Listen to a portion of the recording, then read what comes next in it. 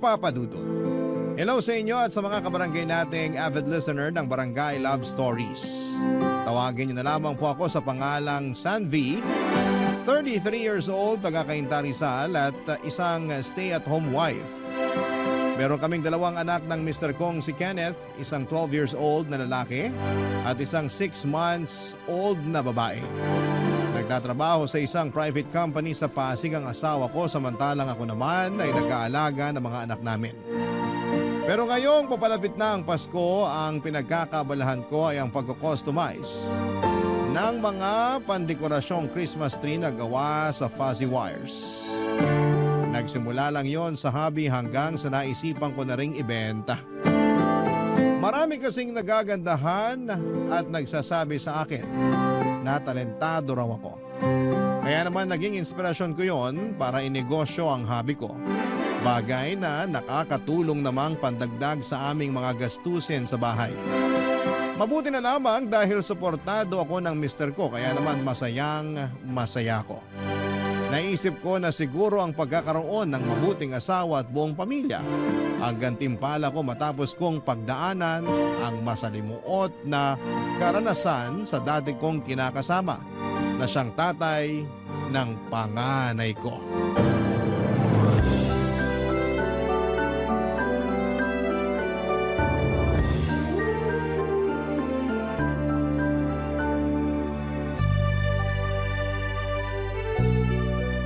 Good morning, sweetheart. Gising na. Nakapagluto na ako ng almusal. Nagluto ka na? Naku, anong oras na pala? Sabado naman ngayon. Rest day ko, kaya ako na ang nagluto. Buti naman, kasi hindi pala ako nagising sa alarm clock ko. Tapos nawala pa sa isip ko yung araw ngayon. Kaya nga, pero ayos lang. Buong linggo mo na rin kaming inaasikaso ng mga anak natin. Ako sa trabaho, yung panganay natin pagpapasok sa school. Tapos may inaalagaan ka pang bunso natin. Wala yun. Masaya naman akong napagsisilbihan ko kayo ng mga bata bilang asawa at nanay sa bahay na to. Kahit nakakapagod, masayang-masaya ang puso ko. Pakiramdam ko, kumpleto ko. Maalagaan ko lang kayo na maayos. Pero wag mo rin kalimutan na dapat inaalagaan mo rin ang sarili mo. At ako rin. Gusto rin kitang alagaan kaya tuwing rest day ko, ako naman ang kikilos sa bahay natin para kahit paano makapagpahinga ka. Thank you, sweetheart. Walang anuman. Hindi mo alam kung gaano ako kaswerte sa'yo. Kasi simula nang dumating ka sa buhay namin ng anak ko, nagbago na talaga ang lahat. Paanong nagbago? Yun bang mas naramdaman ko yung halaga ko bilang babae, bilang nanay. Kasi lagi mo rin yung pinaparamdam sa akin. At hindi lang sa akin, kundi pati na rin sa anak ko nung ituring mo siya na parang nanggaling din sa'yo. Anak ko na rin ang anak mo, sweetheart. At mahal ko siya katulad ng pagmamahal ko sa anak nating babae. Tungkol naman dun sa turing ko sa'yo, syempre deserve mo yun. Kasi asawa kita. Mahalaga ka sa akin. Kasama na dun yung pangangailangan mo at nararamdaman mo. Kaya nga nasabi kong swerte ako kasi nakilala kita. Akala ko kasi noon, wala na magmamahal sa akin. Dahil lang may anak ka na sa una mong kinasama? Oo. At dahil na rin, nagkaroon ako ng toxic na kinasama. Lagi kasing sinasabi sa akin ng nanay ko na wala na raw magkakagusto sa akin nung nakipaghiwalay na ako sa tatay ng panganay ko. Diba nakwento ko naman sa'yo yun? Oo. At sobra naman ang nanay mo para sabihin sa'yo ang bagay na yun. Ewan ko ba? Sarili ko pa namang ina pero ang baba ng tingin sa akin. Alam mong hindi totoo yun. Para sa akin, kapantay kita. Salamat kasi minahal mo ko at tinatrato ng mabuti. Kaya nga pangako ko, gagawin ko ang lahat para maging mas maayos tong pamilya natin. At gagawin ko rin ang lahat para maging mabuting padre de pamilya.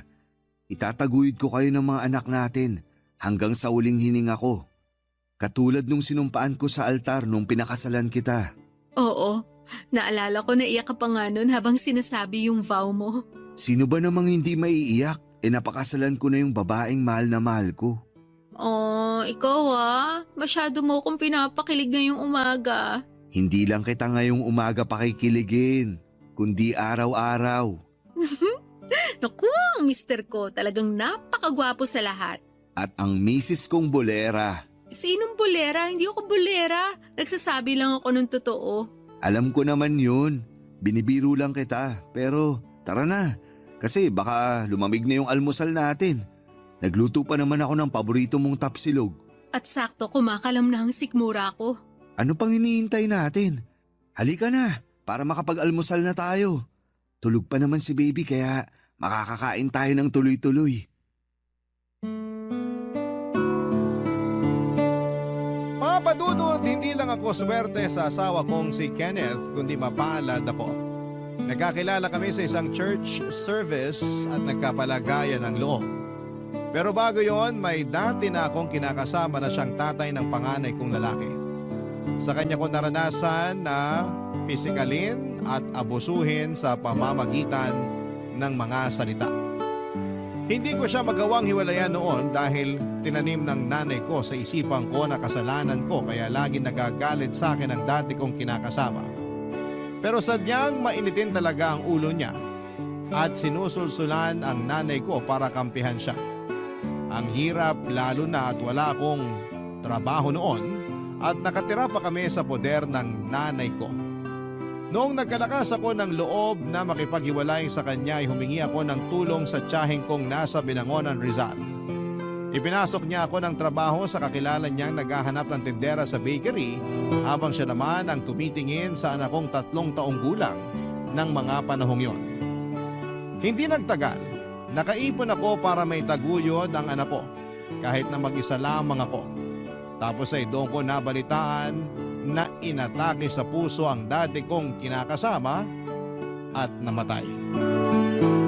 Taong 2023 na magkakilala kami ni Kenneth at pagkalipas ng 4 na buwan ay nagpakasal na kami. Bagay na noong unang nalaman ng nanay ko ay hindi niya ikinatuwa. Pero nitong August 2024 lang ay nagsabi ang nanay ko na makikituloy muna sa bahay namin mag-asawa para magbakasyon. Taga-Pasig kasi sila ng kinakasama niya at umuwi raw ito sa probinsya nila sa Ilocos Norte dahil namatay ang nanay nito. Ayaw ko sanang pumayag dahil hindi maayos ang relasyon namin sa isa't isa ng nanay ko pero kinumbinsi ako ng asawa ko na baka pagkakataon na yon upang magkasundo kami. Sa huli pinagbakasyon na nga namin ng ilang araw si Nanay Dolores sa bahay namin para makasama naman niya ang kanyang mga apo.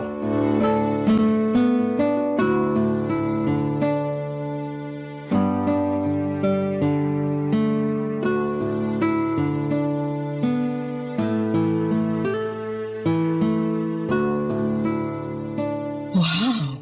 Ang ganda pala talaga nitong bahay niyo ng asawa mo, ano? Hindi ganun kalaki pero maayos na rin kumpara sa tinitira namin ng tatay-tatayan niyo. Salamat po, Nay. Pero hula ko, asawa mo lang talaga gumastos para maging ganito kaganda yung bahay niyo. Kasi wala ka namang pera eh. Wala kang maiaambag. Hindi naman po sa ganun. Anong hindi naman sa ganun eh, ang liit lang kaya ng sinusweldo mo dun sa pinagtatrabahuhan mong bakery nung araw? Kulang na kulang pa nga yun sa pang-araw-araw niyo ng anak mo.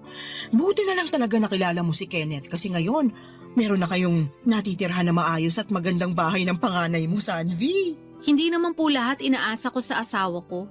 Lalo ngayon na may pinagkakakitaan ako kahit paano. Alin, yung paggawa mo ng mga basurang yan?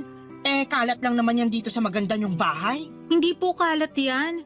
Napagkakakitaan ko po yan. Basta para sa akin, kalat lang yan.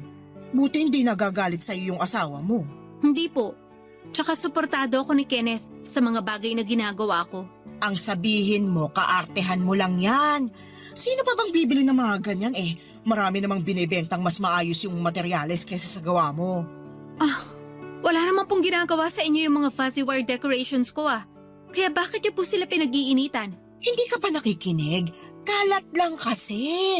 Masakit sa mata, tsaka mukhang mabilis naman masira. Kaya ako nga nasabi na marami naman dyan na mas maayos yung materyales na ginamit. Mas matibay kumpara sa mga ganyan mo. Nandun na po tayo. Pero meron naman nakaka-appreciate ang mga gawa ko. Yung mga katrabaho nga ni Kenneth, bumili na sa akin. Pinandesign nila sa mga table nila. Yung iba, nagsabi na magpapagawa pa raw ng pandekorasyon nila sa Pasko. Tsaka maganda sa mga produkto ko, nagsimula lang sa hobby. Tapos ngayon pinagkakakitaan ko na. Hindi rin naman po madaling gumawa ng ganyan. Parang pagkukrochet at pagbuburda, inaaral din. Nako, madali lang naman mag-crochet at magburda. Tinuturo na yan nung elementary kaya alam kong kayang-kaya ko rin yung ginagawa mo. Pero ayokong gawin kasi nga di naman ganoon kaganda. Lalo na yung mga gawa mo kaya katakataka kung paano ka nakabenta. Ay, hulaan ko. Siguro naawa lang sa yung mga katrabaho ng asawa mo kaya napilitan silang bumili ng mga produkto mo, no? Tama, ganun nga yun kasi nahihiya silang tumanggi at magsabi na pangit naman talaga at aksaya sa pera. Sobra naman po kayong makapagsalita. Hindi naman po ganun yung feedback nila sa gawa ko. Nahihiya nga lang magsabi ng totoo, di ba? Pero kung ako sila, hindi ako mahihiya. Ngayon pa nga lang na nakikita ko, napapangitan na ako at hindi ako nahihiyang sabihin sa'yo. Alam nyo, kung wala kayong magandang sasabihin, huwag nyo nalang pagdiskitahan yung mga gawa ko. Bakit? Sumasama loob mo? Opo, Yan naman kasi hirap sa'yo. Nasabihan ka lang ng totoo, naging balat sibuyas ka na. Alam mo, dapat sa edad mong yan ngayon, hindi ka na ganyan mag-isip wala namang pong problema yung pag-iisip ko. Normal na reaction po yung maging balat sibuyas. Lalo na sarili ko pa talagang nanay, yung nanglalait sa mga gawa ko. Kaya nga po kung napapangitan kayo, wag nyo na lang sabihin kasi hindi rin naman nakakatulong. Hirap sa'yo, hindi ka marunong tumanggap ng totoo. Magkaiba po ang pagsasabi ng totoo sa pang-iinsulto. Ano sabi mo? Aba, napakabastos mo naman yata sumagot, Sanvi. Papa Dudut, may ugali talaga ang nanay at karamihan sa mga kamag-anak namin ay hindi niya kasundo. Masyado kasi siyang arogante at mataas ang tingin sa kanyang sarili. Gusto rin niya lagi siyang nasusunod. Kung anong sinasabi niya, yun ang gusto niyang paniwalaan namin. Higit sa lahat ay hindi rin siya tumatanggap ng payo o opinyon mula sa ibang tao. Kaya nga alanganin ako sa kahilingan ng mister ko na pumayag pagbakasyonin ng nanay sa bahay pansamantala. Pero dahil gusto ng mister ko na magkabati kami ay sumang-ayon na lamang ako. Mahal ko naman ang nanay ko. Kahit naman may mga bagay kaming hindi pinagkakasunduan ay siya pa rin ang inang nagsilang sa akin sa mundong ito. Iginagalang ko siya ngunit hanggat maaari ayoko nang magkaroon ng kaugnayan pa sa kanya. Na-realize ko kasi na tahimik ang buhay namin ng anak ko noong umalis kami sa poder niya. Pero ngayon, na nasa bahay namin siya ay unti-unting bumabalik sa akin ang trauma ko noong araw na siya ang may kagagawan. Papa Dudut. Barangay Love Stories. Barangay Love Stories. Papa Dudut, meron akong nakababatang kapatid na babae at maliit pa lamang kami ay hindi na talaga maayos ang turing sa amin ng nanay. Masyado siyang dominante sa pamamahay namin at lumala pa yon noong nakilala niya ang stepfather namin. Hindi nagtagal ay nahawaan siya nito ng bisyo. Kaya mas naging bayolente siya sa amin ng kapatid ko. Lagi niya kaming pinapagalitan, pinapahiya, sinisigawan at sinasaktan. Kaya naman ginusto namin noon na makaalis sa poder nila. Kaya lang ay hindi rin naging mabuti ang kapalaran ko matapos akong mabuntis ng tatay ng panganay ko. Sinabi ko sa sarili ko na hindi ko ipaparanas sa mga anak ko ang karanasan ko sa aming nanay. Kasi ang mga magulang dapat ang pangunahing nagpoprotekta sa mga anak nila. Pero sa kaso ko ay kabaligtaran ang nangyari. Ilang beses ko noong tinanong ang Diyos kung bakit hindi kami mahal ng nanay namin pero wala naman akong nakuhang sagot. Sa pagtanda ko ay tinanggap ko na lamang na hindi lahat ng magulang ay nagiging mabuting magulang sa mga anak nila. At sa pagpapatuloy ng pagtira ng nanay ko sa bahay namin, ay pakiramdam ko ay nagsimula na naman ang kalbaryo ko, Papa Dudut.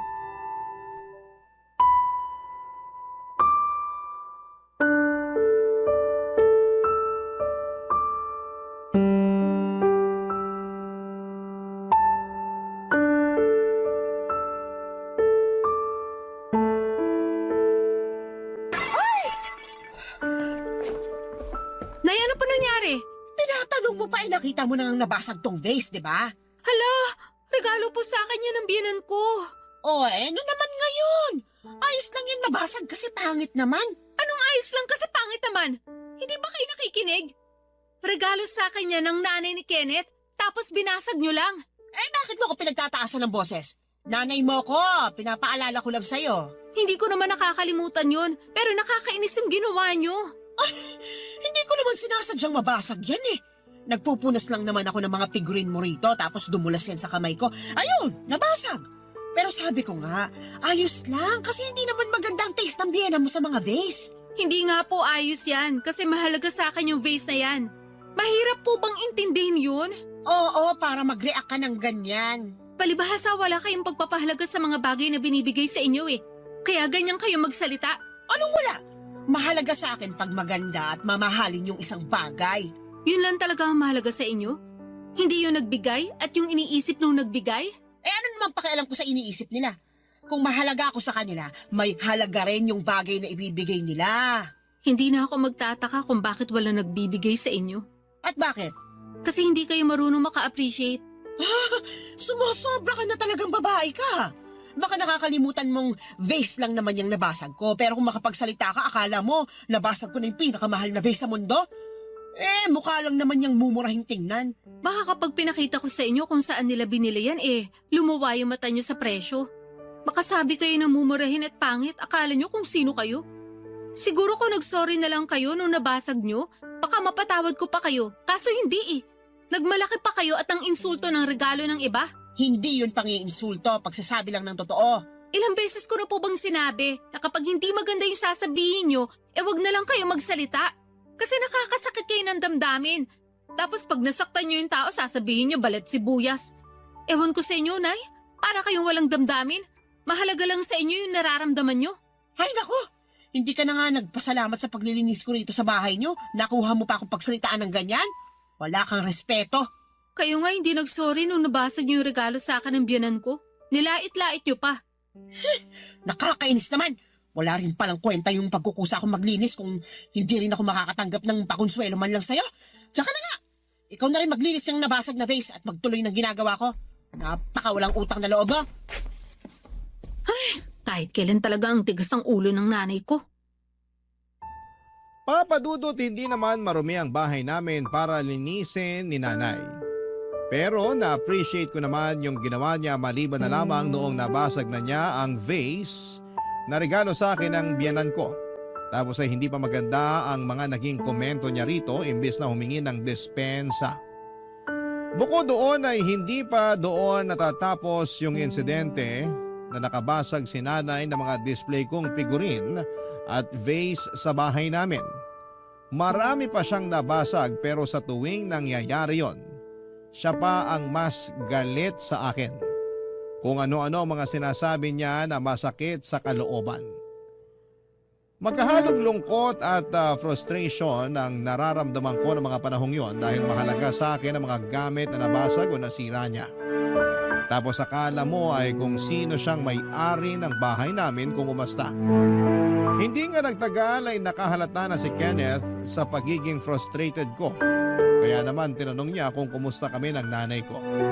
Doon ko sinabi sa kanya ang katotohanan na hindi kami nagiging mabuti at mukhang mali ang desisyon niyang pagbakasyonin sa bahay ang nanay ko. Hindi ko na nga napigilang umiyak noong nagsumbong ako sa asawa ko at sa awa niya sa akin ay siya na mismo ang kumausap sa nanay ko.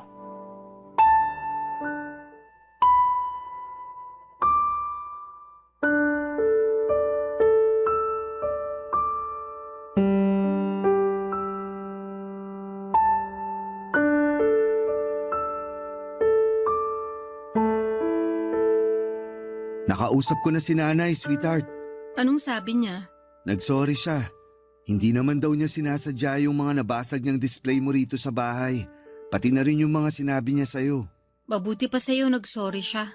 Pero sa akin hindi man lang niya nagawa yan. Baka naman nahihiya lang sa'yo yung nanay mo kaya ganun. Ewan ko, pero simula pagkabata, hindi na talaga maayos yung turing niya sa amin ng kapatid ko. Buti nga nakaalis na kami sa poder niya. Kaya lang ngayon nakasama natin siya sa bahay. Bumabalik yung trauma ko sa mga ginawa niya sa amin noon. Wala naman akong ibang gusto kundi maging maayos kayo ng nanay mo nung pumayag akong pagbakasyonin siya rito sa bahay natin. Alam ko naman na mabuti yung intensyon mo. Kaya pumayag na rin ako. Tsaka kahit na masama yung loob ko kay nanay, ayoko naman magalit sa kanya kasi magulang ko pa rin siya. Tsaka ang turo nga sa simbahan, mahalin natin ang mga magulang natin at matuto tayo magpatawad. At nakikita kong ginagawa mo naman ang lahat para maging maayos ang relasyon niyo ng nanay mo. Kaya nga kinausap ko na si nanay na sana subukan niyang pakisamahan ka ng maayos. Hindi ka naman iba sa kanya. Anak ka niya. Sa kanya ka galing. Oo, pero narealize ko na hindi lahat ng magulang ay nagiging mabuting magulang sa mga anak nila. Kasi tignan mo na lang si nanay sa amin ng kapatid ko. Yan yung bagay na sinabi ko noon sa sarili ko na hinding-hindi ko gagawin at ipaparanas sa mga anak natin. Gusto ko, palakihin sila sa pagmamahal at pag-aaruga ng isang mabuting ina. Kasi alam ko, hindi imposible yon dahil mababait ang mga magulang mo. Kaya nga mabait ka rin, nagmana ka sa kanila. Oo, hindi imposible yun. At pagtutulungan nating maging mabuting magulang sa mga anak natin, sweetheart. Salamat, sweetheart. Kasi lagi mo nalang pinagagaan yung loob ko. Salamat din kasi nandyan ka para maging katuwang ko. Oo naman. Tinutupad ko lang ang pangako ko sa'yo nung kasal natin. Sana nagagawa kong maging mabuti at responsableng asawa at tatay sa mga anak natin. Oo naman. Higit pa sa inakala ko magagawa ng isang mabuti at responsableng asawa at tatay sa mga anak natin. Malungkot ka pa ba? Konti na lang. Gusto mo lumabas tayo ng mga bata? Saan naman tayo pupunta? May alam akong masarap na kainan na kabubukas lang dyan sa malapit na mall sa atin. Nakita ko sa Facebook, maraming dumagsa dun eh. Gusto ko kayong dalhin nila nanay. Isasama natin si nanay? Oo, para makapag-banding kayo. Sa tingin mo ayos lang yun? Oo naman. Di ba nga nagkausap na kami? Sinabi niya na gusto raw niyang bumawi sa'yo. Saka sa mga apo niya. Kaya naisip ko bigyan pa siya ng tsansa. Sige, kung yan nga yung sinabi mo. Handa naman akong isang tabi yung mga pinagtalunan namin nitong nakalipas. Salamat, sweetheart. Walang anuman. Basta, ang gusto ko lang ngayong araw ay mag-enjoy tayo sa labas. Oo naman. Tara na. Sabihan ko na rin si nanay. O sige, bihisan ko lang ang mga bata.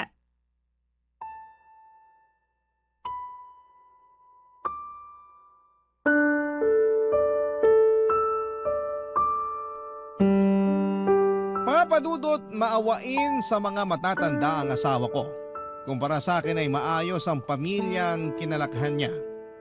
Hindi lang siya ang tumatanggap sa akin noon kahit na may anak na ako sa una kundi maging ang parents niya.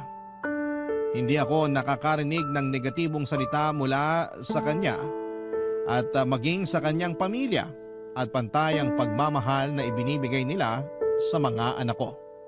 Sa katunayan ay close sa kanila ang panganay ko, bagay na kinakatuwa ko ng husto. Kaya nga alam ko na madaling lumambot ang puso ni Kenneth sa pagpapaawa ng nanay ko.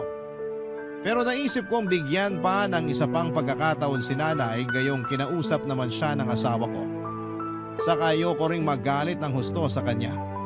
Wala yon sa bokabularyo ko at hindi ako yung klase ng tao na mapagtanim ng sama ng loob. Lalo na't alam kong hindi yon magbubunga ng maganda. Papadudot, isa pa ay ayokong pamarisan ako ng mga anak ko na nakikitang hindi maganda ang trato sa sarili kong ina. Barangay Love Stories. Barangay Love Stories. Papadudod, akala ko ay magiging maayos na ang ugali ni nanay matapos siyang kausapin ni Kenneth, pero pagkalipas lamang ng isang araw ay bumalik na naman ang pagiging dominante niya. Lumala na rin ang pakikialam niya hindi lang sa mga diskarte ko bilang nanay sa mga anak ko kundi maging sa mismong pamamahay namin. Marami siyang sinabi na ayaw niya ng ayos na mga gamit namin kasi malas daw. Mapaniwalain kasi siya. Masakit din daw sa mata ang kulay ng mga kurtina namin. Hindi raw ako masarap magluto. Buti raw at natsatsaga ng asawa ko ang mga putahing hinahain ko. Hindi rin daw ako maayos maglaba at kung ano pa. Pakiramdam ko ay nasasakal na niya ako sa mismong pamamahay ko. Ako ang may-ari ng bahay pero siya ang nasusunod. Pag hindi mo naman pinagbibigyan ay nagtutungayaw siya at sumisigaw siya. Bagay na ayaw ko sanang masaksihan ng mga anak ko. Lahat na yata ng pagtitiis sa ugali ni nanay ay nagawa ko na pero noong isang beses na nakitaan ko ng pasa ang panganay ko sa braso at sumbong sa akin ng anak ko ay dahil daw sa pamamalo ng kanyang lola ay doon ako hindi nakapagtimpi. Agad kong kinumpronta ang nanay ko para pagsabihan siya, Papa Dudut.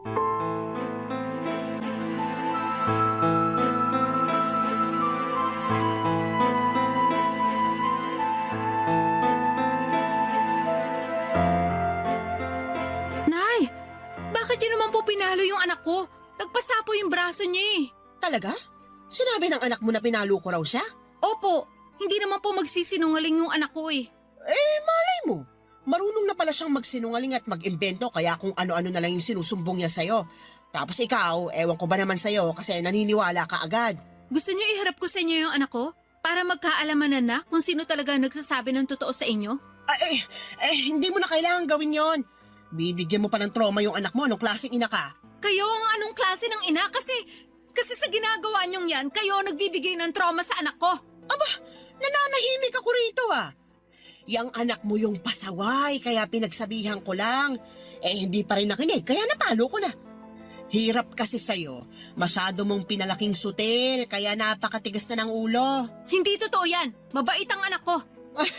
Akala mo lang yun. Pero hindi pa rin sapat na dahilan yon para saktan niyo siya. Tapos nagpasa pa yung braso ng bata. Ano na lang sasabihin ko kay Kenneth pag nagtanong? Sabihin mo nadapa kasi malikot. At tinuruan niyo pa talaga ako magsinungaling? Alam nga namang isumbong mo ko nanay mo ko. Nanay ko nga kayo. Pero kahit kailan, hindi niyo naman kami tinuring na anak ng kapatid ko. Kaya nga hindi nakatakataka na hindi niya na kayo kinakausap. Pare-pareho lang kayong walang utang na loob ng kapatid mong yon. Kung ayaw niya akong kausapin, mas ayaw ko rin siyang makausap.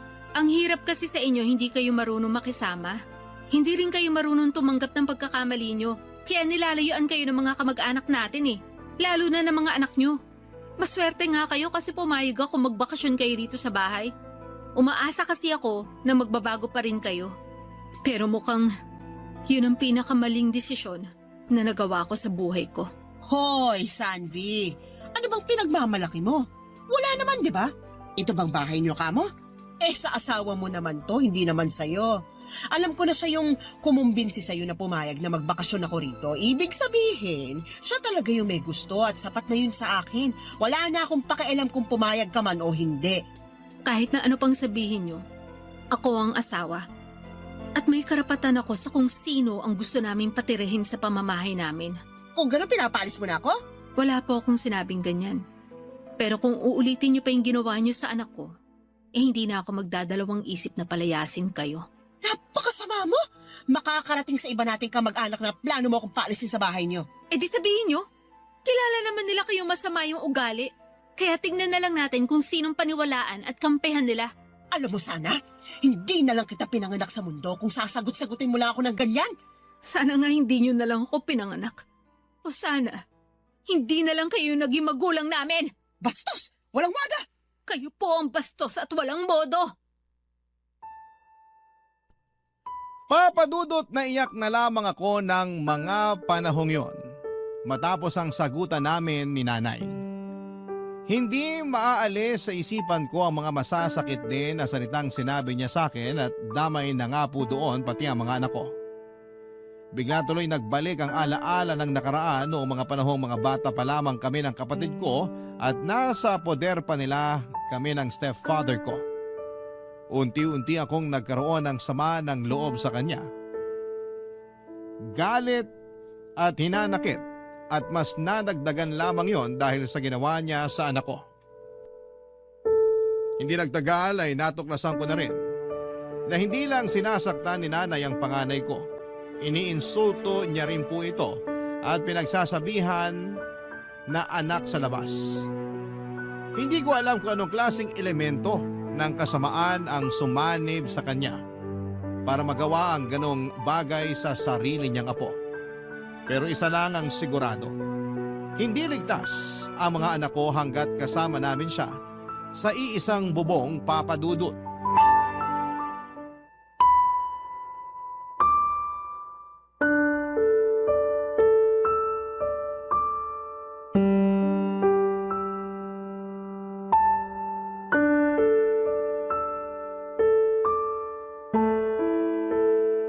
Alam mo, buti pinakasalan ka ng asawa mo, no?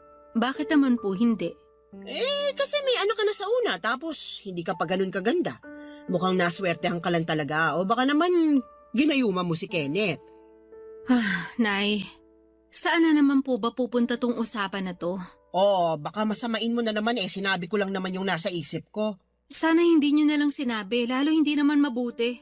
Hirap sa'yo masyado kang matampuhin Hirap sa inyo, masyado kayong bastos at walang respeto sa akin. Ano sinabi mo? Ano ba kasing kasalanan ko sa inyo? Bakit masyado kayong mainit sa akin, Nay? Anak nyo naman ako, di ba? Bakit ganyan trato nyo sa akin? Hindi nyo na ako nirespeto sa sarili kong pamamahay. Dami mo namang tanong, nakakatamad sagutin. Siguro naiinggit kayo sa akin, no? Ano? Hindi, no? Kung hindi, bakit lahat na lang ng ginagawa ko masama sa paningin nyo? Siyempre, wala ka namang ginawang tama.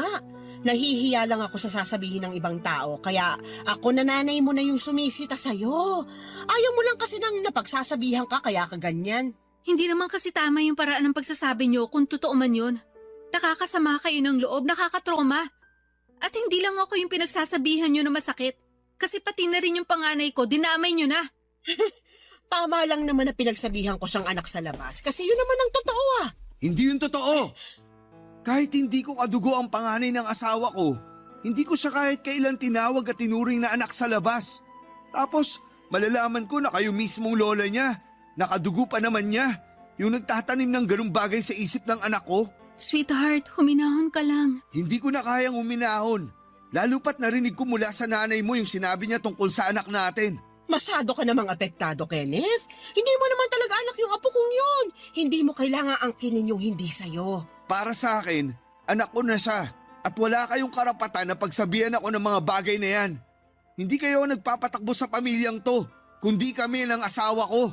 At nakuha mo na rin akong bastusin kagaya ng asawa mo? Kayo yung unang nang bastos sa amin, sa asawa ko at sa mga anak ko. Kaya bakit kayo ma-offend sa pambabastos ko? Saka hindi ko naman talaga to gagawin kung pinatunayan nyo sa akin na nagbagong buhay na kayo. Pero hindi. Tingin ko mas lumala pa yung ugali nyo Alam nyo, sana hindi na lang ako pumahig na magbakasyon kayo rito sa bahay para makabanding nyo ang asawa ko at ang mga anak namin. Sana nakinig na lang ako nun kay Sanvi nung sinabi niya sa akin yung mga pagtatalo nyo nung umpisa pa lang. Umasa lang naman ako magkakabati kayong mag-ina. Pero kayo na mismo yung nagpatunay sa akin na hindi na yun mangyayari dahil sa ugali niyong yan. At anong gagawin mo? Paaalisin mo ako? Bakit hindi? Ipamamahay naman namin to. Hoy, Sandy! Pagsabihan mo ang asawa mo! Pasensya, Nanay. Pero ayaw ko na rin kayo dito sa bahay namin. Napakasama ng ugali niyong mag-asawa! Hindi ko makakalimutan tong ginawa niyo sa akin. Sisiguraduhin kong masisira kayo sa mga kamag-anak natin! Subukan nyo lang. May kalalagyan kayo sa amin sa barangay. Ano? Ipapabarangay niyo ako? Oo, kasi paninirang puri na yung gagawin nyo. Ganun ba yun? Ganun na nga. Kaya kung ayaw nyong umabot tayo sa barangayan, wag na kayong gumawa ng bagay na lalo nating ikasisira. Naturingan pa naman kayong mas matanda sa amin, pero parang baligtad ang sitwasyon. Dapat kayo po yung magpakita na mabuti kayong ehemplo sa mga apo nyo.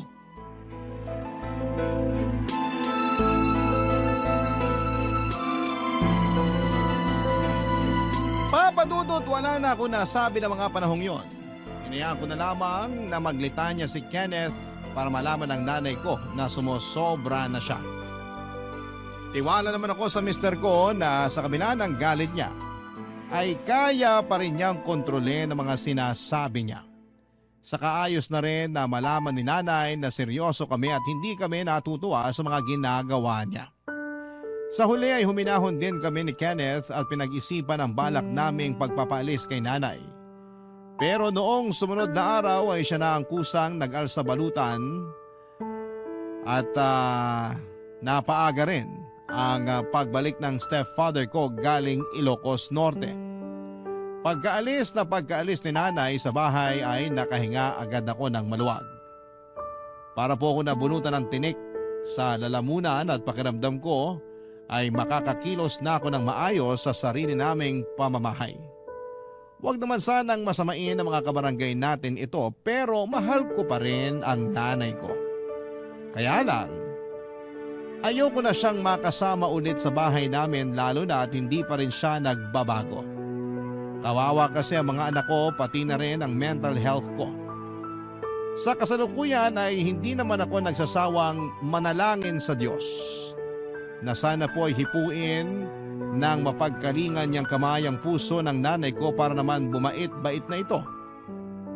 Kapag nangyari yon ay nakahanda naman akong patawarin siya.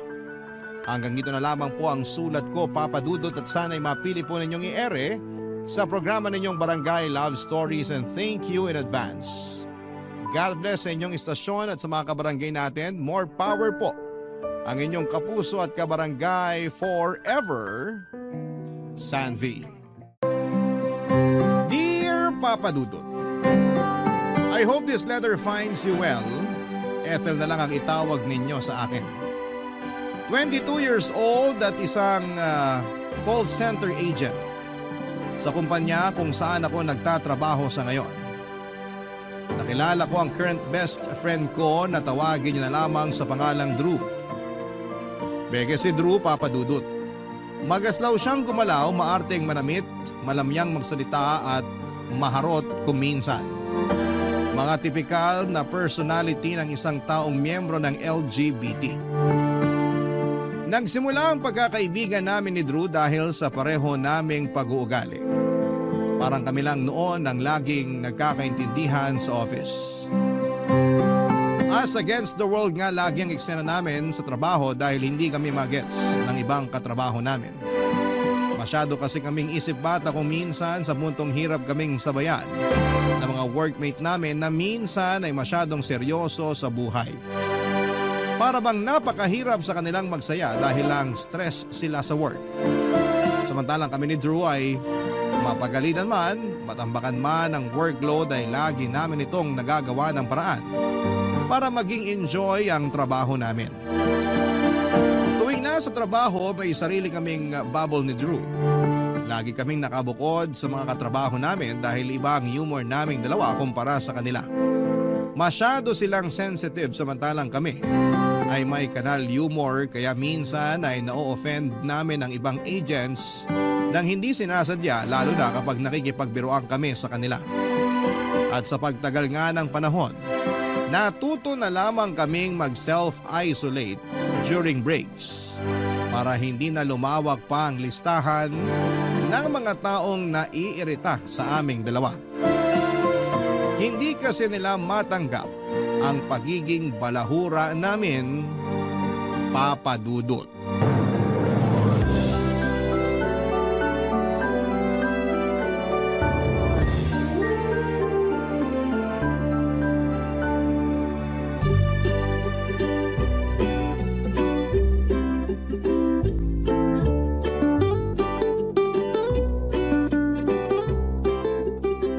Ayan, sige, swipe ka lang ng swipe dyan.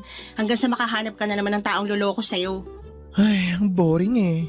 Eh di kumain ka ulit para masulit mo yung lunch. Ikaw talaga. Ang hilig mong maghanap ng boylet sa dating apps. Di ka na natuto? Alam mo naman dito ako sa office natin maghanap. Ang susyongit ng mga tao rito, no? Hoy, baka marinig ka dyan. Di na nga tayo bet ng mga katrabaho natin. Dadagdagan mo pang kasalanan natin sa kanila. Sa true lang tayo, B. Naalala ko na naman yung eksena last month, yung inaway ka ni Ed. Kasi raw sinisilipan mo siya habang nagbibihis. Yung lalaking yon napaka-GGSS talaga. Eh wala namang maganda sa pagmumukha niya. Anong sisilipin ko sa kanya? Yung tiyan niya mukhang 4 na buwang buntis? Feeling naman niya pinagnanasaan ko siya mukha naman siyang pinaglihi sa sama ng loob. Tsa? Sira ulo ka talaga. Mabuti na lang wala na yun dito. Dahig pang bagyo sa sobrang hangin ng taong yun eh. Ay, may nakamatch na ako. Talaga? Patingin, cute ba? Malamang. Imamatch ko ba kung hindi? Alam mo naman kung ano yung taste ko eh. Oh, tinan mo. I bet! Pero 5'4" lang siya. Di ba mas gusto mo na matangkad? Tsaka, kailan ka pa nagkagusto sa mga moreno? May soft spot ako sa mga moreno, basta wag lang mukhang maasim. Itong nakamatch ko, disente naman tingnan. Tsaka mukhang mabango. I-message mo na, dali! Nagmamadali te. Eto na nga, May message ko na. Hey, how are you? Ang boring mo namang mag-first move. Siyempre dapat pa-demure muna tayo. Dapat sunggab agad. Ayahin mo na agad makipag-meet, ganun. Tapos, serial killer pala, no? Mamaya nasa headline na ako ng 24 oras. Bakla natagpo ang patay matapos makipag-meet sa lalaking nakilala sa dating app. Gaga, sabi mo mukhang disente tapos gagawin mong killer? Ay, ate ko, wag ka. Kung sino pa yung mga pogi, sila pa yung mga serial killer. Take for example, sina Ted Bundy, sina Jeffrey Dahmer. Sasarap nila pero literal na mapupunta ka talaga sa langit kapag na-meet mo sila. Mabuti na lang pala walang pogi rito, at least safe tayo. Sa true. Ay, ano na palang nangyari sa nakamatch mo? Nag-reply na ba? Inunmatch ko na. Bakit naman? Jeje mag-type eh. Nung tinanong ko kung anong ginagawa niyan, sabi, kumain daw. Yung U niya nagiging O, tapos yung I nagiging E. Grabe. Ang taas ng standard Pati ba naman pagte-text pupunahin? Siyempre naman. Pet peeve ko yung mga hindi marunong mag-type ng maayos. X na agad kapag di marunong mag-spell. Nakakaloka ka talaga. Alam ko naman kung ano yung worth ko. Hindi ako papatol sa hindi kayang sumabay sa level ko. B, ikaw na talaga. Sa ganda kong to, dapat lang. Ang mahal-mahal ng skincare ko para lang pumatol sa Jeje. Sayang, cute pa naman siya. Ewan ko ba kasi kung ba't ka nagtsatsaga dyan sa mga dating app na yan. Wala namang nagkakatuluyan dyan. Sino ba kasing nagsabi sa'yo na naghahanap ako ng makakatuluyan? Ano bang hinahanap mo dyan? Sa itsura mong yan, inosente ka pa pala? Walang hiya ka? Hindi naman kasi ako nakikipaglandian sa mga dating app na yan. Ay, itong mga app na ganito, hindi love life ang hinahanap ng mga tao rito, kundi hookups. Kaloka ka. Tanda mo na, di ka pa aware doon? Aba, sorry. Wala pa naman ako sa landiira ko kaya wala akong kaalam-alam sa mga ganyan, no? Ay, si Maria Clara ka ba? Dalagang Pilipina ang peg? Landi rin kapag may time ha, baka kalawangin. Tara na nga, patapos na yung oras natin. Ay, wait lang, magtitimpla lang ulit ako ng kape.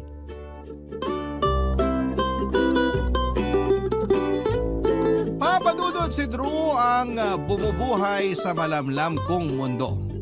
Siya ang dahilan kung bakit lagi akong excited na pumasok sa trabaho. Sa bahay kasi puro negative energy lang ang natatanggap ko doon. May kuya akong batugan na 5 taon nang walang trabaho at ginawa ng propesyon ang pagiging tambay. Ang tatay ko naman na naging 6 o'clock habit na ang pag-inom ng alak ay laging binubungangaan ng nanay ko na dala-dala na yata ang sama ng loob ng buong mundo. Si Drew ang nagsilbing energy cleanser ko dahil tuwing magkasama kami, ang bad vibes na nararamdaman ko ay nagiging good vibes. Katulad ko ay may issues rin si Drew sa sarili niyang pamilya. Mas malala pa nga ang pinagdadaanan niya kumpara sa akin dahil sa kabila ng pagiging outgoing at baklang-bakla ni Drew, sa labas ng kanilang bahay ay hindi pala siya out sa pamilya niya. Open na open siya kapag nasa trabaho pero kapag nasa loob sila ng kanilang tahanan ay lalaking-lalaki siyang kumilos. Nalaman ko ang problema niyang yon nung minsan nagkaroon ng selebrasyon sa bahay nila at in-invite ako ni Drew. Nagulat na lamang ako nung biglang ang matinis na boses nito ay naging malalim. Ang malambot na paglalakad niya ay naging straight na walang pitik sa katawan niya. Ibang Drew ang nakita ko sa loob ng pamamahay nila. Akala ko nga ay pinaprank lamang niya ako pero noong tanungin ko siya kung bakit ganon ang asta niya sa bahay nila ay nalungkot ako sa ikinuwento sa akin ni Drew Papadudut.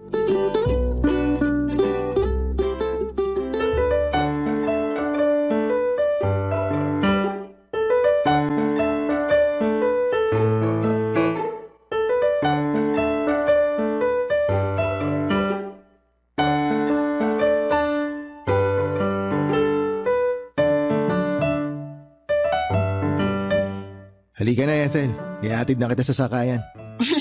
Wow, gentleman. Wag na. Kaya ko naman maglakad mag-isa, no? Gaga, sumunod ka na lang para makalabas din ako ng bahay. Ah, okay. Sige, tara na. Ihatid mo na ako. Tay, alis na kami. Hatid ko lang si Ethel sa may sakayan. Tara na.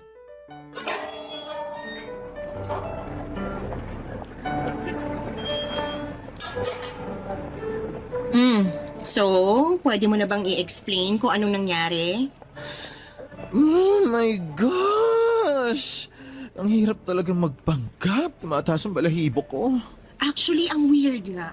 Ako rin tinataasan ng balahibo nung nakita kitang lalaki gumalaw at magsalita. Akala ko nasanibang ka na ng masamang spirito. Bakit? Ba't ganun? Ganun talaga ako sa bahay. At bakit naman? Hindi ka ba out sa pamilya mo? Hindi pa. Oh my gosh, legit? Landi-landi mo sa labas tapos di ka pa pala naglaladad sa pamilya mo? Hindi naman kasi ganun kadali yun. Hindi ba nila tanggap kapag nalaman nilang Becky Bells ka? Hindi. Eh di sana matagal ko nang sinabi sa kanila kung totoong tanggap nila ako, di ba?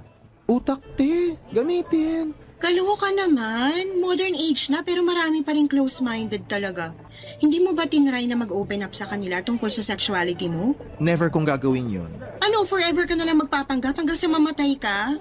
Kung alam mo lang kung anong nangyari sa akin noon, sure ako na pati ikaw matatakot din mag-out kung ikaw man ang nasa lugar ko. Ano bang nangyari? Nung bata kasi ako, alam ko na talagang bakla ako. 8 years old pa lang ata ako noon nung nagkaroon ako ng gay awakening. Paano mo naman na-realize na Becky ka? Crush na crush ko kasi noon si Dennis Trillo sa Mulawin. Nagpapanggap nga akong si Alwina noon eh. In fairness bata pa lang marunong ka ng pumili. O tapos, Siyempre, pasikreto ko lang ginagawa yung mga kalandian ko noon. Kapag walang tao sa bahay, yung kumot namin, ginagawa kong gown. Tapos yung tuwalya, ginagawa kong wig. Tapos one time, may isang araw noon no, na habang rumarampa ako sa sala, ala Miss Universe, nakasuot ako noon ng kumot na nakatali sa katawan ko. Tapos may tuwalya ako sa ulo na kunwari buhok ko. Tapos biglang dumating si Pudra Kels. tapos anong ginawa niya? Eh syempre nagalit ang lolo mo. Para akong bigas na binuhat ng tatay ko palabas ng bahay. Yung tuwalya ko sa ulo, ibinusal niya sa bibig ko. Cry lalo ako ng malalay nung time na yon, ate ko. Akala ko mamatay na ako eh. Alam mo kung anong ginawa niya? Ano? Kinuha niya yung walis tambo na nakakalat sa labas, tapos ipinalo-palo sa puwet ko. Yung hawakan ng pinamalo niya ha, di ba ang tigas nun? Grabe! But wait, there's more.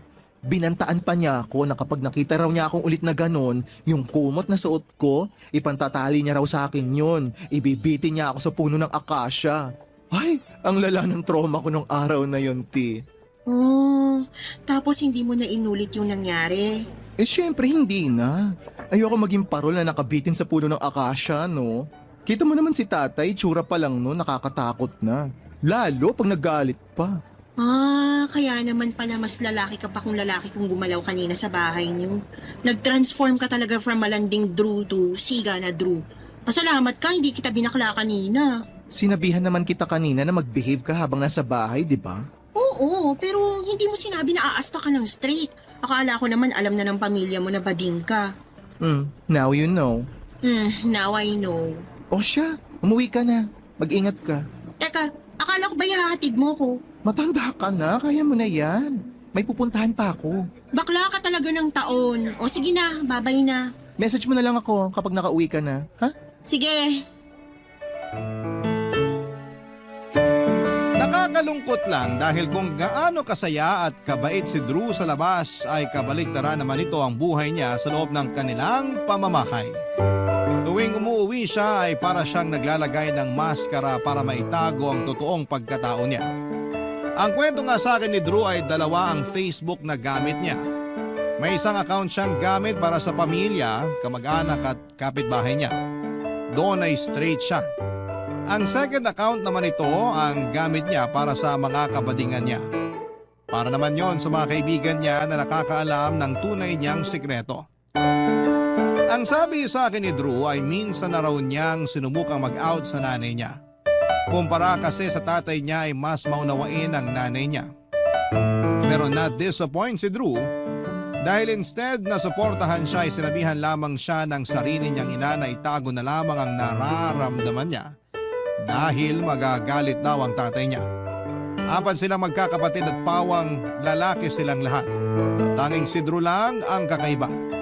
27 years old na siya pero natatakot pa rin siya sa mga magulang niya dahil ayaw daw niyang ma-disappoint sa kanya ang mga magulang niya. Nasasaktan nga raw siya tuwing naririnig niya mula sa mga magulang at mga kapatid niya ang pagiging homophobic nila. Para sa kanila ay salot daw ang mga bading. Walang ambag sa lipunan at puro kabalastugan lang daw ang alam na gawin. Kahit gaano niya kagustong ipagtanggol ang sangkabaklaan, natatakot naman siyang magsalita, Papa Dudut. Simula noong nalaman ko ang totoo ay sunod-sunod nang isineshare sa akin ni Drew ang ilang sama ng loob na nararamdaman niya. Naging supportive friend ako sa kanya pero hindi ko alam na noong mga panahong yon ay madadamay din pala ako sa problema niya dahil sa pagiging supportive na kaibigan ko. Barangay Love Stories. Barangay Love Stories. Nagsimula ang lahat ng umuwi sa Pilipinas ang tita ni Drew na si Tita Violeta para magbakasyon. Siya ang kapatid ng ama ni Drew na matagal nang naninirahan sa US bilang nurse kasama ang isa nitong adopted child na isa ring Pilipino.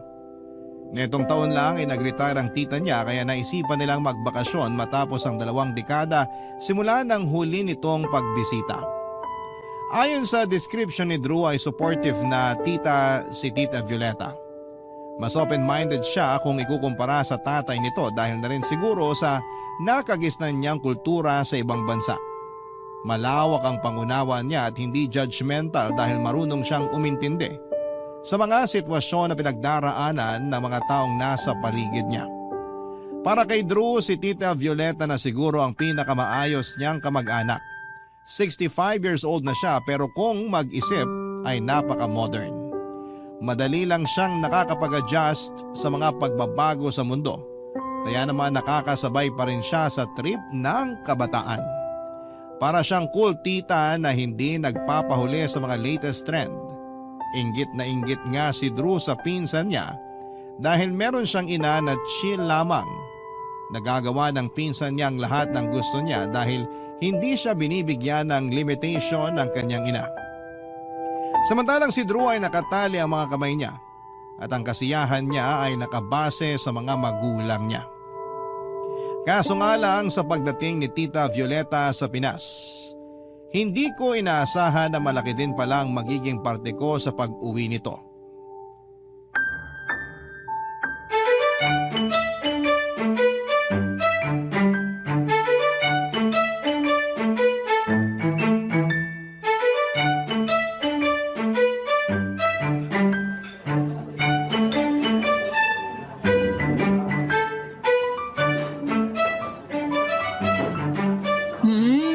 In fairness, masarap tong souffle nila rito ah. Diba? Local shop lang sila pero daig pa nila yung mga big name. Salamat pala sa palibre eh. Once in a blue moon lang mangyari to pero worth it naman. Ano pa lang meron at bigla ka ng libre? Nagbago na bang ihip ng hangin? Mabait ka na ba ngayon? Saan mo tinago yung mga sungay mo? Ay, hindi yan libre, B. May kapalit yung kinakain mo. Anong akala mo? Sabi na eh. Ano na naman yon? Ipapasabak mo na naman ba ako sa boylet mong di mo bet? Hindi, may ipapagawa ko sa'yo ngayon. Eh ano? Gusto ko na magpanggap ka bilang girlfriend ko. Ano? Tama ba yung narinig ko? Gagawin mo akong girlfriend mo? Magpapanggap lang tayong magjowa. Kung makariyak ka naman ng OA ha? Ano na namang gulo tong pinasok mo? Hindi to gulo. Ganito kasi yun. Uuwi kasi yung tita ko na galing States. Oo. Nabanggit mo nga yan sa akin. Unang gabi pa lang nagpainom agad si ante. Manginginom yun ng kabataan niya kaya kahit na may jet lag, naglabas agad ng hard na may inom. Nakipag-inuman ka sa kanya? Hindi lang ako kundi buong barangay pinainom niya. Siyempre ayoko rin naman maging bastos kaya kahit di ko bet, hinarap ko si tita sa inuman. O tapos, ano nangyari? So heto na nga. Bangengi na kami noon. Tapos, out of the blue, bigla akong na hot seat nang wala sa oras. Tinanong ako ni tita kung kumusta raw yung love life ko. Ano sinabi mo? Dapat sinabi mo na marami kang ka-fling ngayon. Luka-luka. Lahat ng kalalakihan ng angkan namin kasamang umiinom nung oras na yon. Hindi ko aaminin ang totoo, no? So ano nga sinabi mo? Huwag mo sabihin nagpanggap ka may girlfriend ka. Yun nga mismo ang sinabi ko. Ano? Nag-play safe ako. Sabi ko, masaya naman ang love life ko. Which is true naman. Kasi marami naman akong kalandian at the moment.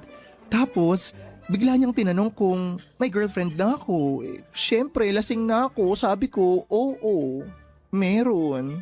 Nakakaloka ka. Tapos, ayun, nagpatong-patong na yung kasinungalingang ginawa ko. Hindi naman ako makapalag kasi katabi ko mismo yung tatay ko. Ngayon ang problema, gusto makilala ng tita ko yung girlfriend ko kuno.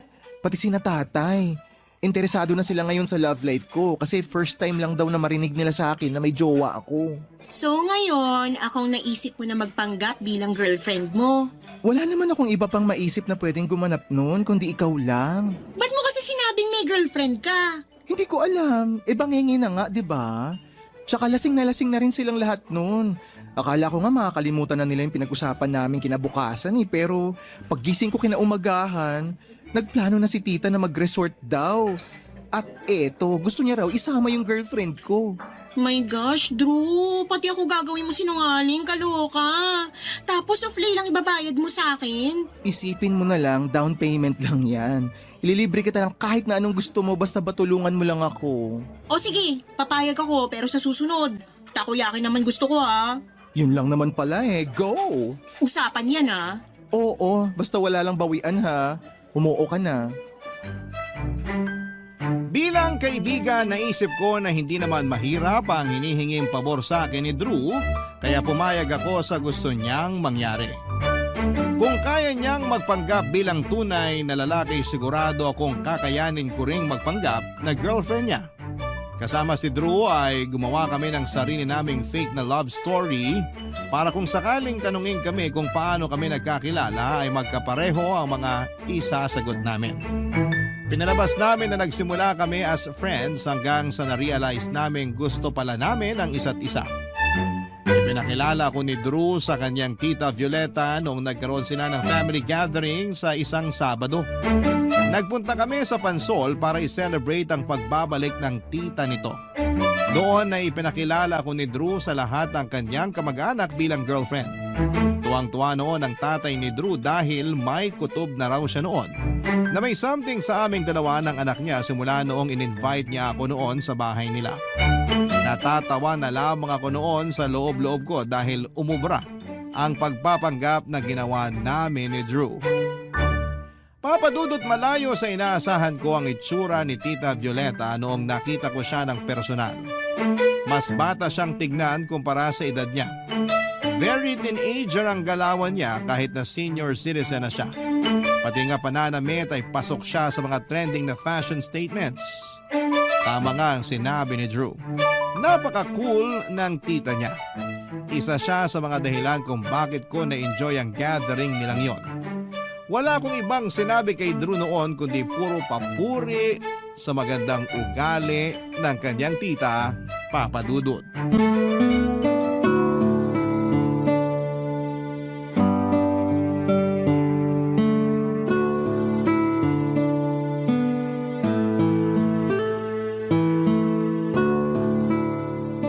Ethel, okay ka lang? Oo, inaayos ko lang tong gamit ko para ready to go na kapag umuwi na tayo. Pasensya ka na sa kakulitan ng mga kamag-anak ko Tuwang-tuwa lang yung mga yun kasi may bago silang mukhang nakita. Wala yun. Enjoy nga kasi hindi ko naman naranasan sa pamilya namin yung ganitong kasaya na bonding. Tsaka, pwede ka nang tumigil sa pag-arte dyan. Tayong dalawa lang naman ang nandito ngayon. Hindi pwede. Mahirap na kapag nabuko tayo rito. Baka itali pa ako ng tatay ko sa puno nang wala sa oras. Grabe naman, hanggang ngayon, takot ka pa rin sa pagbabanta niyang yun. Pananakot lang yun. Nako, mas kilala ko ang tatay ko kaysa sayo. Malayo naman sila Nandun sila sa pool kaya di nila maririnig tong usapan natin. Ay, sige na nga. Kanina ko pa talaga gustong bumigay Sakit na ng likod ko kakalakad ng straight. Gusto ko nang bumaluktot yung bewang ko. Ayan, yung ganyan. Baka mamaya makalimutan mo na maging bakla, mahipan ka pa ng hangin. Char. Kung di lang talaga dahil kay tita, di ako sasama rito eh. Uy, in fairness, ibang-iba nga yung ugali ng tita mo kaysa sa tatay mo ha. Totoo yung sinabi mo na astig yung tita mong yun. Sabi ko naman sa'yo eh, iba yung hulma ng tita kong yun kaysa sa tatay ko. Kapag si Tita Violeta ang kasama mo, sure ball na mawawala yung stress mo. Tuwang-tuwa nga ako sa kanya eh. Go siya sa lahat ng bagay at grabe ang atay niya ha. Kaya niya tumuga ng tequila mula sa bote. Kala mo nasa 20s lang eh. Di mo talaga akalaing senior na siya. Praktisado na kasi. Sa kanilang magkakapatid, siya talaga yung tangger sa inuman simulat sa pool. Tsaka ang ganda niya. Walang kulubot yung mukha. Flawless ang balat. Parang pinaglihi sa manika. Ganun ang gusto ko kapag tumanda ako eh. Ano kayang skincare niya, no? B, wag mo nang pangaraping maging ganon. Ikaw nga, 25 ka pa lang. Pero may wrinkles na yung pagmumukha mo. Grabe ka naman sa akin. Ikaw din naman eh. At least, porselana tong balat ko. Alam mo, feeling ko, kapag nag-out ka sa tita mo, matatanggap ka niya. Try mo kaya mag-out sa kanya. Ayokong i-risk yung sikreto ko. Kahit close kami ni tita, mas close sila ni tatay. Sanggang dikit yung dalawang yun eh. Ayaw mo bang subukan? At least, magkaroon ka man lang ng kakampi kahit isa sa pamilya mo. No, ayoko. Okay na ako sa ganito. Hindi ka pa ba napapagod? Nasanay na kasi ako. Nako, nandyan naman pala kayo. Kanina ko pa kayo hinahanap. Tita, bakit po? Anong ginagawa nyo rito? May pinag-uusapan lang po kami ni Ethel. Opo. Tsaka nagpapasama po ako sa kanya para makapagbihis na ako. Ganun ba? O sige, magbihis ka muna. Tapos ikaw, Drew, tulungan mo yung mga kapatid mo doon na magbuhat ng gamit para makauwi na tayo. Sige po, tita. O siya, maiwan ko na kayo. Ethel, doon na lang kayo sa isang van sumakay. Mauuna na kami kasi ang dami ng kagat ng anak ko. Naiwan niya yung lotion niya sa bahay. Sige po tita, wala pong problema. Mag-ingat po kayo pa uwi. Okay. Drew, tulungan mo yung mga kapatid mong mag-uwi ng gamit ha. Opo, tita. Mag-ingat po kayo. At dahil nga sa bakasyonista ay sunod-sunod ang pamamasyal na ginawa ni Tita Violeta kasama ang anak niya. Habang malakas pa raw siya ay gusto niyang ipasyal ang katawan niya bago manghina ang mga tuhod niya. Gusto raw kasi niyang i-enjoy ang retirement niya na deserve niya matapos ang mahabang panahon ng kanyang pagkayod. Nakakatuwa nga dahil itinataon ni Tita Violeta ang pamamasyal niya tuwing day off namin ni Drew para sa ganon ay makasama kami sa mga ganap niya. Sa katunayan, mas ako pa nga ang unang ini-invite ni Tita Violeta dahil minsan ay ayaw sumama ni Drew dahil nga pagod na raw siyang magpanggap na straight siya sa harapan ng mga kamag-anak niya. Sa loob ng 2 buwan, kung saan-saan ako nakarating dahil kay Tita Violeta. Lagi siya nagpapasalamat sa akin noon dahil nagkaroon daw siya ng chance na makabanding ang paborito niyang pamangkin na si Drew. Sobrang ilap daw kasi ni Drew sa pamilya niya. Gusto niya na laging mapag-isa na naiintindihan ko dahil nga sa sikretong tinatago niya. Dahil kay Tita Violeta ay nakarating ako sa Palawan.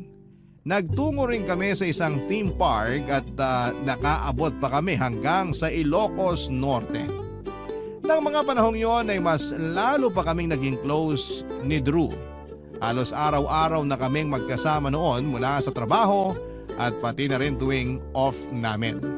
Pero ang hindi ko po inaasahan, ang pagpapanggap na ginagawa namin ni Drew ay unti-unti na palang nagkakalaman. Ang fake relationship lang dapat na meron kami ay nagbago at hindi ko napapansin na ang puso ko ay nagsisimula na palang ma-fall para kay Drew, Papa Dudut. Barangay Love Stories. Barangay Love Stories.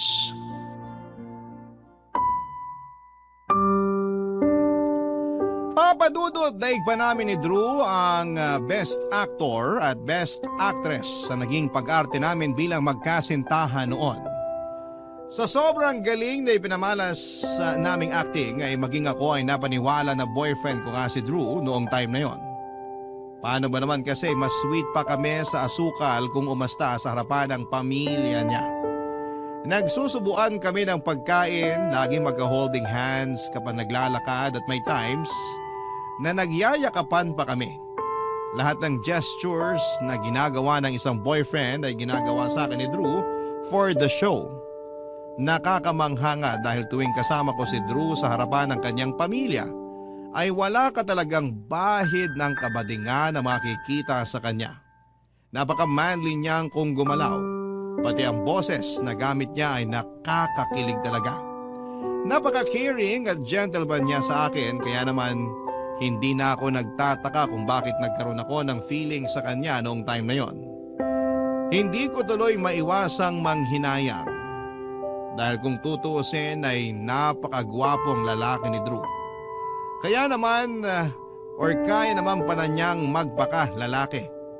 At sa sobrang galing niyang magpanggap ay maging ako ay napaniwala niya talaga na may namamagitan talaga sa aming dalawa. Papadudod sa sobrang pagkadilulo ko nga ay hindi ko na rin noon maihiwalay ang totoo sa peke.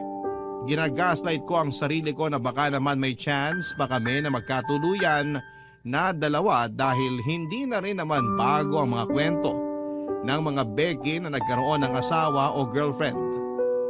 Noong nagkaroon ako ng chance na kausapin si Drew ay sinubukan kong aminin sa kanya ang totoo kong nararamdaman, Papa Dudut.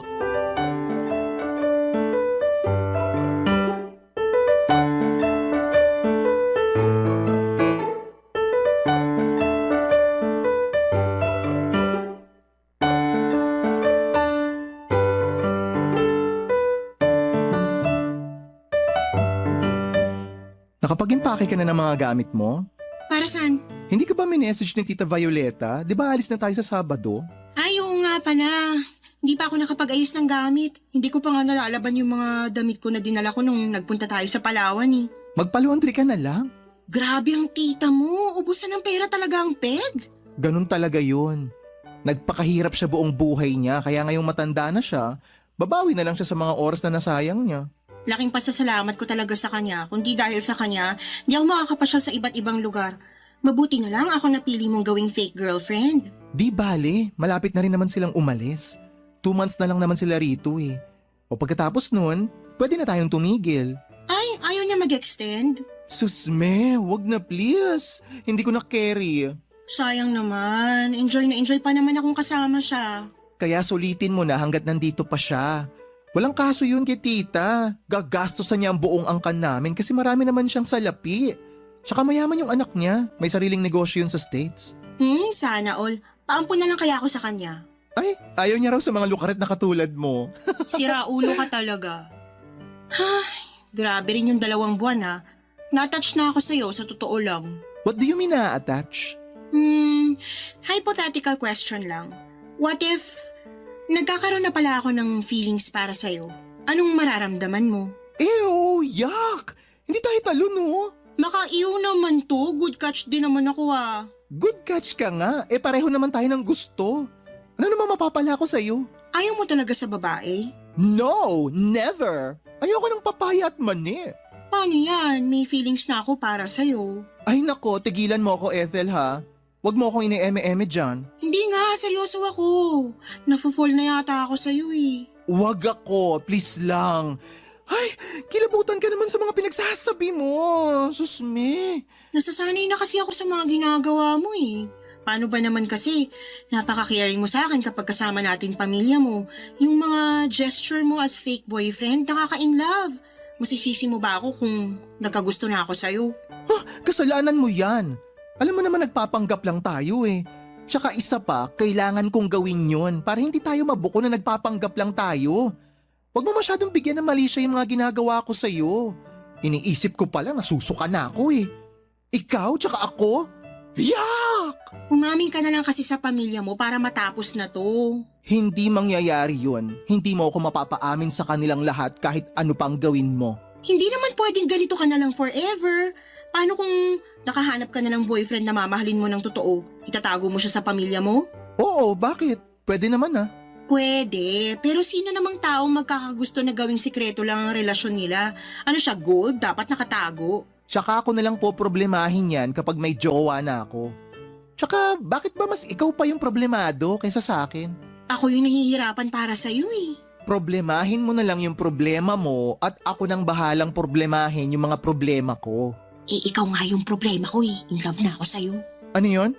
Wala. Ako, excited na ako sa sunod na trip natin. Last na raw yon bago sila bumalik sa States. Ay, sa wakas. Makakapagpahinga na rin ako kapag nakaalis na sila.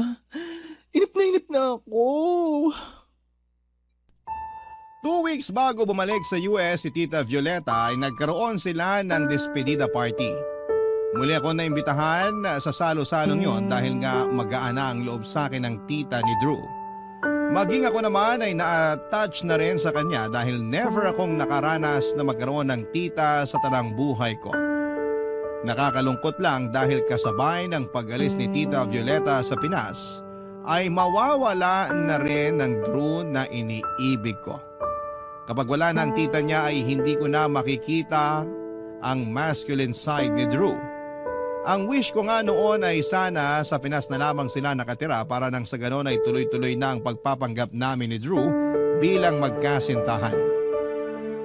Sobrang nabihag na noon ni Drew ang puso ko sa puntong nagsisisi na ako na pumayag pa akong magpanggap bilang girlfriend niya.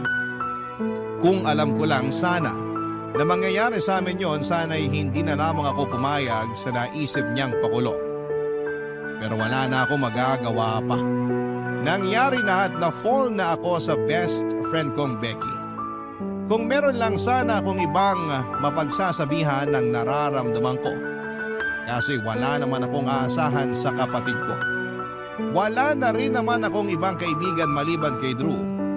Hindi rin naman ako pwede mag-open up kay Tita Violeta dahil hindi niya alam ang sekreto ng pamangkin niya. Wala akong ibang choice noon kundi ang solohin na lamang ang nararamdaman ko. Matapos ang despedida party, magpapaalam na sana ako kay Tita Violeta nung bigla niya akong tinawag sa kwarto niya. May ibibigay daw siya sa akin. Doon ay nagkaroon kami ng chance na mag-usap na dalawa. Papa Dudut.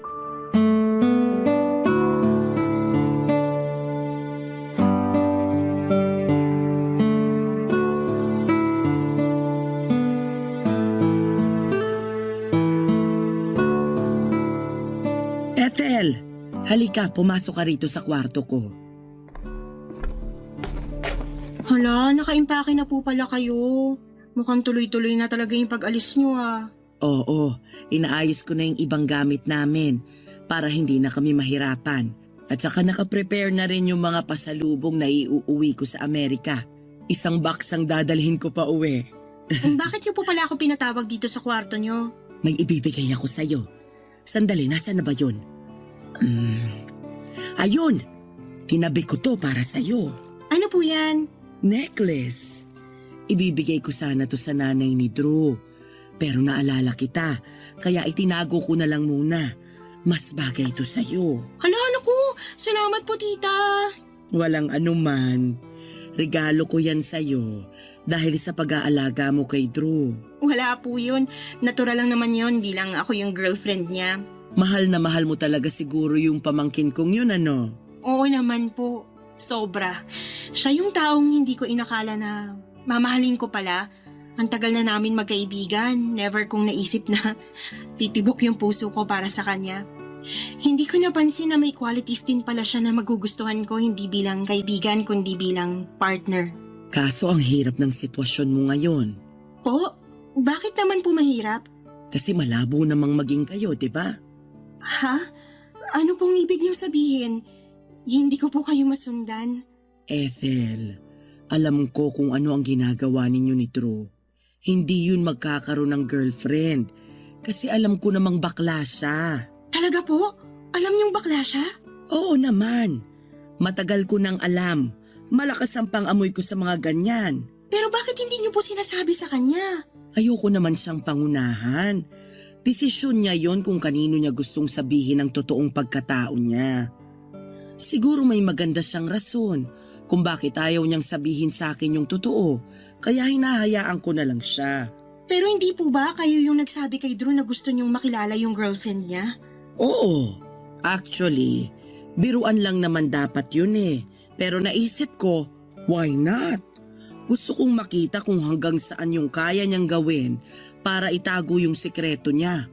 Nagbabaka sakali rin kasi ako na kapag napagod na siyang magpanggap, baka sakaling umami na siya kahit sa akin lang. Lagi ko nga po siyang sinasabihan na umami na siya sa inyo kasi alam ko namang tatanggapin niyo siya kaso ayaw talaga niya eh. Wala na tayong magagawa doon kung ayaw talaga niya. Ang importante, nandito tayo para sa kanya. Sana ganun ka rin. Sana patuloy mong suportahan si Drew sa mga desisyon niya sa buhay kahit na hindi niya kayang ibalik yung pagmamahal mo para sa kanya. Gagawin ko po yan, makakaasa po kayo. Kahit ayaw niya akong jowain, hindi ko siya iiwan. Pero mas maganda na rin na aminin mo na lang sa kanya yung totoong nararamdaman mo para wala kang panghihinayangan sa huli. At least, alam niya na may nagmamahal pala sa kanya. Sinubukan ko na po, pero wala talaga eh. Bakla talaga yung pamangkin yung yun, sagad hanggang buto. Naaawa nga ako sa kanya eh. Walang sino man ang deserve ng ganong buhay. Dapat, open ang bawat isa sa atin na magpakatotoo. Kaso sa mundong to, mahirap talagang i-please ang lahat.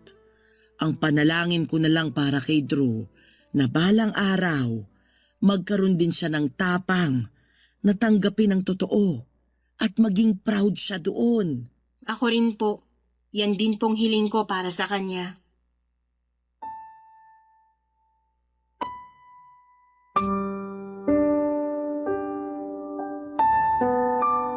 Papadudot, gano'n na nga ang ginawa ko. Muli kong inopen kay Drew ang tungkol sa nararamdaman ko para sa kanya. Nagbabaka sakali akong seryosohin na niya ako pero sa huli, lalaki pa rin daw talaga ang gusto ni Drew. Masakit man para sa akin ang ma-reject, ay tinanggap ko na lamang ang katotohanan na hindi nga talaga kami talo. At bago nga bumalik sa US si Tita Violeta ay binilinan niya ako na bantayan at suportahan ko raw si Drew sa anumang desisyon niya sa buhay. Mapakaibigan daw, maging kaibigan daw ako para kay Drew dahil ako lang daw ang tanging maaasahan nito. Sinabihan din niya si Drew na mag-ipon daw siya dahil kung sakali mang gusto niyang lumipat sa US, ay pwede siyang kunin doon ni Tita Violeta. Sa Amerika raw kasi ay mas mapagtanggap ang mga tao. Doon ay mas malaya siyang gawin ang gusto niya sa lugar na yon. At sa mga sumunod na araw ay bumalik din sa dati ang lahat. Hindi nga nagtagal ay unti-unti rin namang nawala ang nararamdaman ko para kay Drew. Napagtanto ko na hindi ako na in love sa best friend kong si Drew, kundi ay nahulog ako ang loob ko kay Drew na binuo niya. Ang Drew na nagpanggap na lalaki.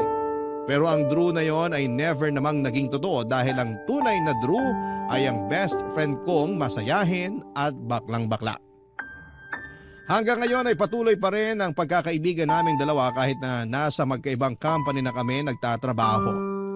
Papadudot na banggit pala sa akin ni Drew na plano na raw niyang lumipat sa US at nagpapatulong na siya sa tita niya para magawa yon. Bago siya lumipat, kapag nakompleto na niya ang requirements ay sakalang daw niya aaminin sa mga magulang niya ang katotohanan. Para sa ganon ay wala nang magagawa pa ang mga ito kundi ang tanggapin na lamang ang totoo. Pero sa ngayon hanggat hindi pa yon nangyayari patuloy pa rin ang pagpapanggap ni Drew. Ito na po ang wakas ng aking kwento at sana po ay nagustuhan po ninyo ang sulat ko. Ang inyong forever kapuso at kabarangay, Ethel.